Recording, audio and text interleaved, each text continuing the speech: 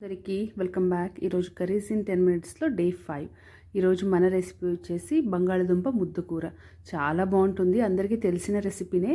కాకపోతే నేను యాడ్ చేసే ఒక సింపుల్ మసాలాతో దీని టేస్టే మారిపోతుంది. సో దీనికోసం ముందుగా నేను మసాలా రెడీ చేసుకుంటున్నా. దానికి 2 స్పూన్స్ ధనియాలు, 1 స్పూన్ జీలకర్ర, 4 to 5 రెడ్ చిల్లీ, కొంచెం కరివేపాకు, అలాగే 1 స్పూన్ శనగపప్పు వేసుకుని లో టు మీడియం ఫ్లేమ్ పెట్టుకుని దీన్ని చక్కగా ఫ్రై చేసుకోవాలన్నమాట. వీటిని ఒక 1 to 2 మినిట్స్ బాగా ఫ్రై చేసుకోవాలి. ఇవన్నీ చక్కగా ఫ్రై అయ్యాక వీటిని ఒక మిక్సీ జార్లోకి వేసుకుని పౌడర్లా చేసుకోవాలి. దాంట్లో ఒక 10 వెల్లుల్లి రెమ్మలు, అలాగే 1 స్పూన్ కారం వేసుకుని కోర్స్గా గ్రైండ్ చేసుకుని పక్కన పెట్టేసుకోండి. సో ఇప్పుడు నేను బాయిల్ చేసుకున్న 3 పొటాటోస్ని తీసుకున్నాను. బాయిల్ చేసుకుని దాన్ని పీల్ కూడా తీసేసుకున్నాను. వీటిని ఇప్పుడు మనం మ్యాష్ చేసుకోవాలి. ఇక్కడ మరి చిన్న ముక్కలుగా కాకుండా కొంచెం పెద్ద పెద్ద ముక్కలుగానే మ్యాష్ చేసుకోవాలన్నమాట. మరి చిన్నగా కూడా చేసుకోకూడదు, చక్కగా బాయిల్ అవ్వాయి కదా.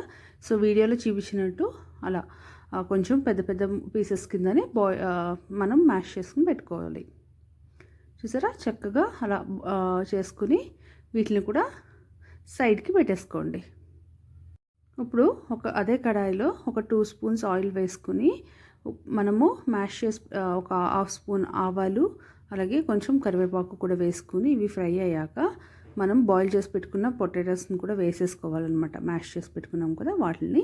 ఇప్పుడు కొంచెం ఒక 1/2 స్పూన్ పసుపు, మనకి రుచికి సరిపడా ఉప్పు, అలాగే మనము మసాలా పౌడర్ అయితే రెడీ చేసి పెట్టుకున్నాం కదా, మసాలా పౌడర్ అంతా సరిపోతుంది. మొత్తం వేసేసుకున్నాను. చూసారా, నేను కరెక్ట్ క్వాంటిటీ చేసుకున్నాను. వీటిలన్నిటిని వేసేసుకుని చక్కగా మిక్స్ చేసుకోవాలి.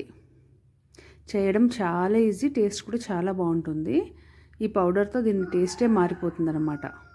ఇలా లో ఫ్లేమ్లో పెట్టుకుని చక్కగా కలుపుకోవాలి. ఆయిల్ కూడా ఎక్కువ ఏం పట్టదు. కలిపేసుకుని వీడియోలో చూపించినట్టు మసాలా అంతా బాగా ముక్కలకి కోట్ అయ్యేలాగా కలుపుకొని లిడ్ క్లోజ్ చేసేసుకుని ఒక 3 to 4 మినిట్స్ లో ఫ్లేమ్లో పెట్టుకోండి. చూసారా, చక్కగా ముక్కలకి మసాలా అన్నది పట్టేసుకుంటుంది. అలాగే మన ఫ్రై కూడా రెడీ అయిపోయింది. ఇప్పుడు ఒక హ్యాండ్ఫుల్ ఆఫ్ కొత్తిమీర కూడా వేసేసుకొని మరొక్కసారి కలిపేసుకోండి. ఇది పప్పుచారులోకి గట్టా సైడ్ డిష్గా లేదా మెయిన్ డిష్గా కూడా చాలా బాగుంటుంది అన్నమాట. సో అలా కలిపేసుకుంటే, అలాగే ఇప్పుడు ఫైనల్గా ఒక 1/2 చెక్క లెమన్ జ్యూస్ యాడ్ చేసుకుంటున్నా. మిస్ చేయకండి, చాలా బాగుంటుంది టేస్ట్ అనేది. సో ఈ స్టేజ్లో మనం ఉప్పు గట్ట చెక్ చేసేసుకుని పడితే కొంచెం సాల్ట్ అనేది యాడ్ చేసేసుకోవచ్చు. సో దీన్ని ఇప్పుడు మనము వేడి వేడి అన్నంతో సర్వ్ చేసేసుకోవడమే. చూసారుగా, ఈ రెసిపీ కనుక నచ్చినట్టయితే వీడియోని లైక్ చేయడం, ఛానల్ని సబ్స్క్రైబ్ చేసుకోవడం మర్చిపోకండి. ఇలాంటి ఎన్నో రెసిపీస్ మీ ముందుకి నేను త్వరలోనే తీసుకొస్తున్నానండి.